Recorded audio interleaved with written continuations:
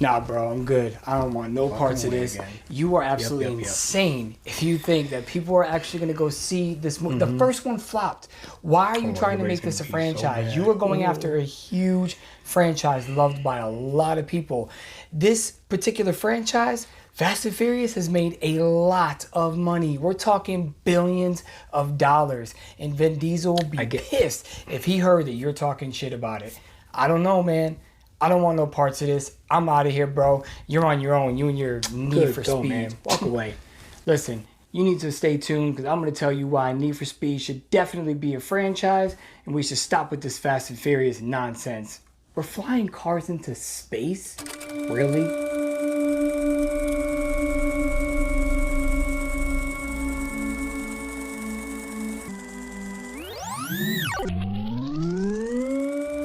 Welcome back. It is yours truly, Nick of Movie AV Impulse. And by the intro, you can see what movie I'm going to be talking about today, and that is Need for Speed. I absolutely love this movie, and you can argue this with me all day long. Aside from the first Fast and Furious, this blows every other one of them out of the water. What did you say? I am sorry, but this story in Need for Speed is actually more believable than any other Fast and Furious movie out there, hands down. I don't understand how and why this franchise is still so strong and going on so long. We're about to get into movie number 10. What are we filming? Like, what are we doing? All right, granted, it has made billions at the box office. I understand that because for some reason, people just want to go see the dumb shit that Vin Diesel and his team have come up with as far as stunt work. It's Fast and Furious. If you want to sit there and argue that Need for Speed is not a believable storyline, tell me what is. Granted, yes, do they have some crazy stunt scene, but we're basing it off of a video game. Not the other way around where Fast and Furious became a video game and it was absolutely terrible. What do? They basically bit everything off of Need for Speed and then they ruined the Fast and Furious game, and that's why it's no longer exists. There is no more. I mean, you could probably find it on eBay for some price. I wouldn't be surprised if it goes for $5. I mean, I wouldn't even pay that for it. Don't get me wrong, the first Fast and Furious was an awesome movie. R.I.P. to Paul Walker. But how many other characters are we going to bring back from the Fast and Furious franchise? Really? We have resurrected almost everybody that has died out. Why? Oh, I know, because you're running out of ideas and you need to spark that interest back up. You shunned out The Rock. The Rock is what made your movies halfway decent because at least he can act. Tyrese is over here crying about how we can't have this or we can't have that. Nobody wants to hire me, Norma. Congratulations. Ludacris is about the only humble one on the damn team. I just don't understand it. Like, Vin Diesel, first of all, put away your pride, put all that shit aside, and just please stop making these movies. You're flying cars into outer space. Let's get into Need for Speed and why I feel this should have had a sequel and should become a franchise and keep it the way it is.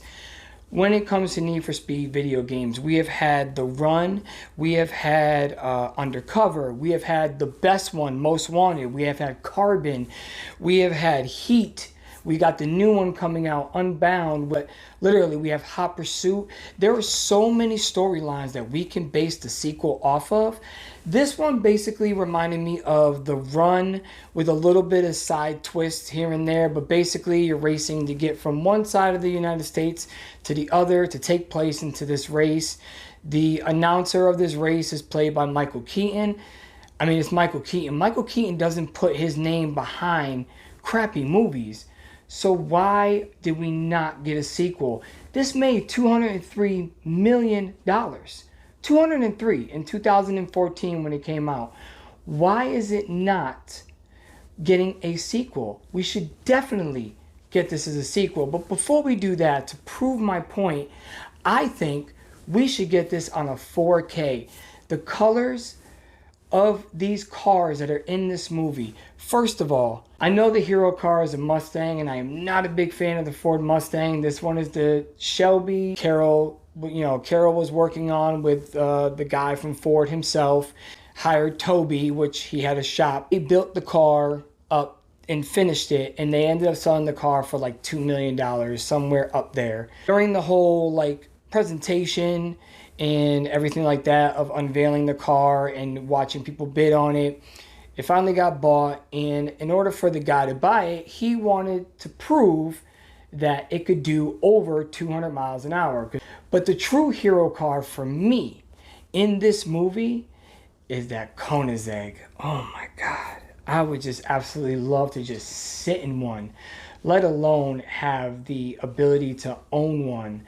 But just that red would pop in this movie if we got a 4K release. It is so beautiful.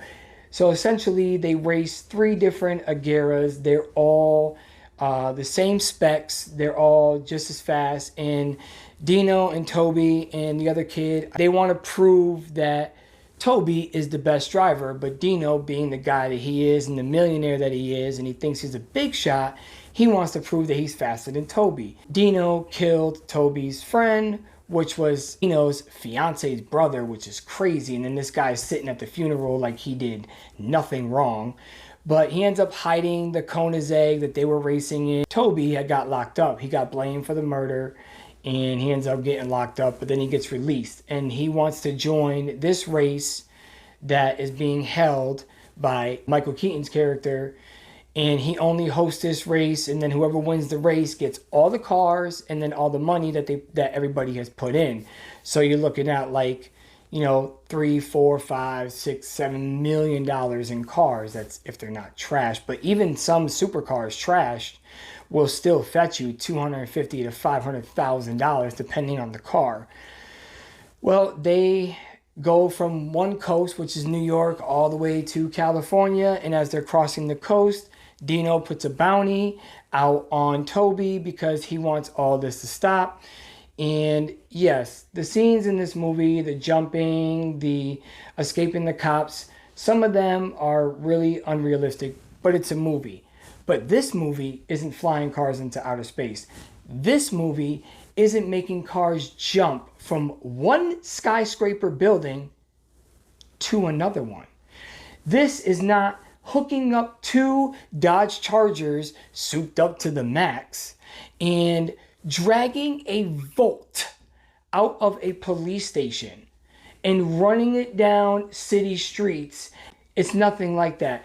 It is actually a believable storyline, and we need this movie on 4K so bad.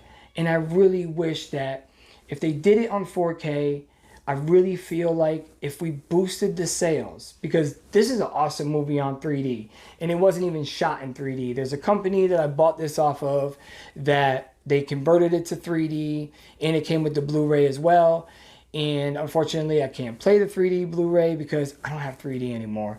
But this is just such a fantastic movie, and we need it on 4K. Colors on these supercars would pop, and the entire movie, it's very dull, so I feel like if we got a little bit of HDR in there to make the landscapes look a little bit more green, the part where they're outrunning the dune buggies, or trying to outrun the dune buggies and the Jeeps and the cars that they have coming after them because they're trying to capture these guys to get the bounty that Dino has put out for them.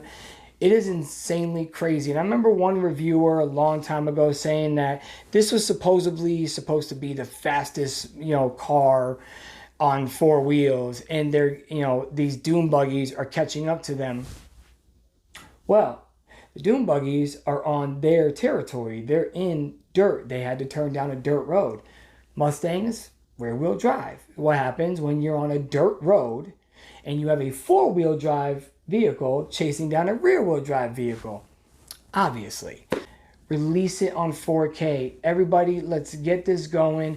Get these 4K sales up, because it was a fantastic movie. The storyline is believable. The action in here is phenomenal. The stunt work is phenomenal.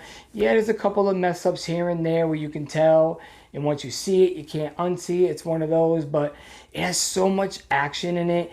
And it's about cars going from one city to the other with, just speeding and it's just such a great movie. I have so much love for this movie, and it doesn't get the recognition it deserves. It really doesn't. And if you don't believe me, I don't care what these Rotten Tomatoes with their 22% scoring and the 6.4 rating on critics when it comes to the IMDb.